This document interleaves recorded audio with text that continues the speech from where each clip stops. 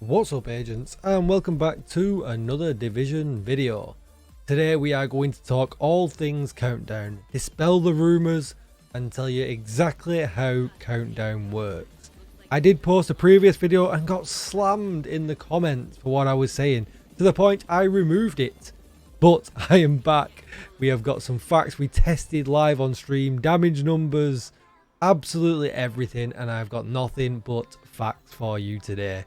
But before we get started, don't forget to subscribe to the channel, give this video a thumbs up because it's awesome, and hit the bell so you are notified when I upload more Division videos. Or even better, come on over to Twitch and hit follow, where you could take part in helping me test things like this. And if you need a community Discord, there has never been a better time to join. You'll find the link down below in the description. And with all that said, let's get started. So, we wanted to dispel some rumours about Countdown. Are the counters debuffs? Are they buffs? Nobody knows what the countermeasures actually did. People are saying numbers are strange. I'm getting more DPS, I'm getting less DPS. And then some build videos that we're seeing online, obviously they're doing tests afterwards in Countdown. And it's inflated damage and they're not really sure why. They're just kind of thinking that is how it is when you're going to come out and go into DC. The list of things goes on and on and on. And so I wanted to test it exactly. Because when we very first had this mode in the PTS, we used to get pop-ups on the screen for the loading screen that would give us a heads up to what our countermeasures were going to be. And you would get things in there that would read: Agents deal 75% damage to enemies within 15 meters. Agents deal 75% damage to enemies outside of 35 meters.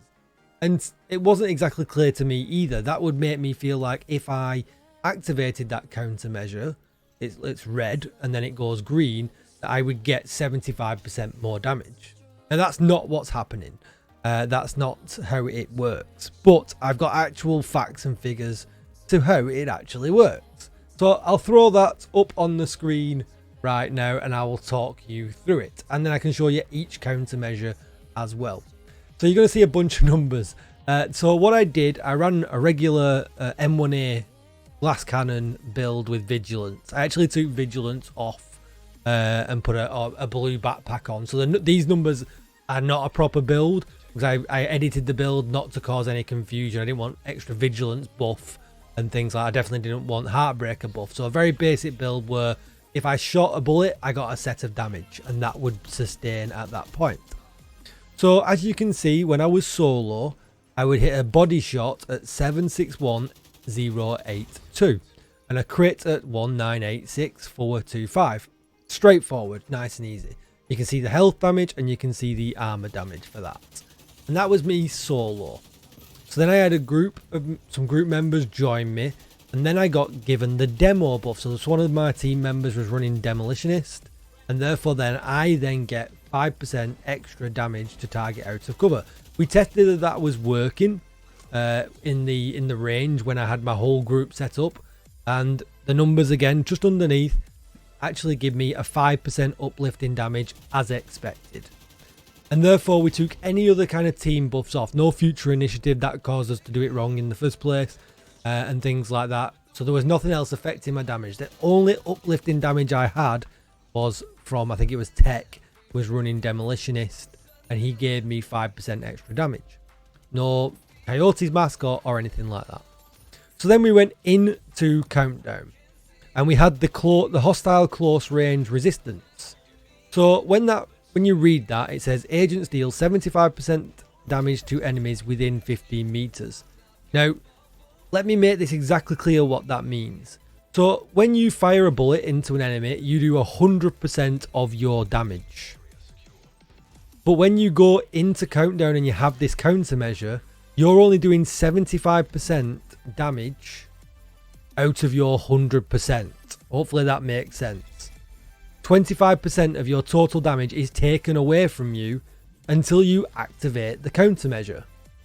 Once you activate the countermeasure, you will see that it actually changes, and it actually gives you a 25% more weapon damage. So in total, you're dealing 125% of your damage to any enemies within countdown. And you can see the numbers here that match it up. So the one where the hostile close range resistance is red and the countermeasure is not affected, I ran up to a hunter and did close range body shot so that I was within 15 meters. And you can see the body shot at non-crit at 642,600 and then the crit at 1677186.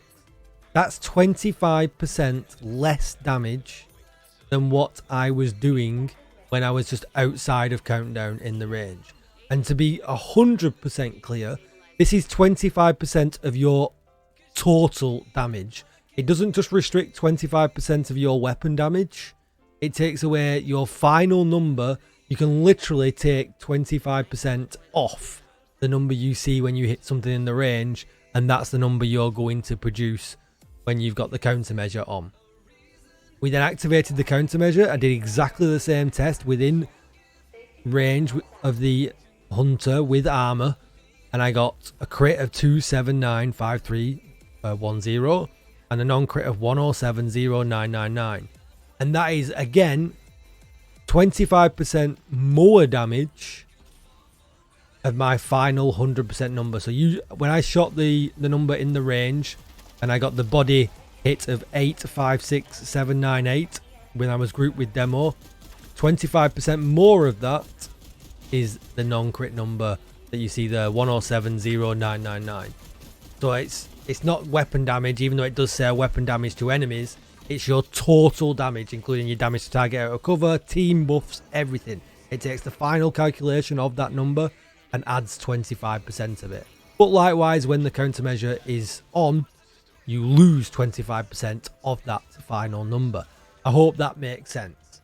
So what is unclear at this point is, do the enemies have these buffs or do they not? So let's float this one here. So you can see on the countermeasures, it actually says enemies gain 100% hazard resistance. Agent skills cooldowns are double. Agent skills deal 25% damage to enemies. Agents deal 75% damage to enemies outside of 35 meters. And agents deal 75% damage to enemies within 15 meters. So as you can see, there's only the hostile hazard resistance one where enemies actually get a buff. Otherwise, they're not getting a buff. It's just that we are having a debuff and the buff applied to us. And now, also on this slide, as you can see the negative effect and the positive effect. So enemies gain 100% hazard resistance turns into agents gain 25% status effect duration. The agent skills cooldowns are double. We actually get a decrease by 25%. Agent skills deal 25% damage to enemies. We actually get a plus 25% damage. And I think this was the one, these next two were the ones that were more confusing. Agents deal 75% damage to enemies outside of 35 meters. Well, that's you only dealing 75% of your total 100% damage. You're actually losing 25% damage. And then you get 25% added to you. And same with the one underneath at the bottom, the close range resistance. You only deal 75% of your maximum damage. But when you do the countermeasure, you get a plus 25% damage. And that is it.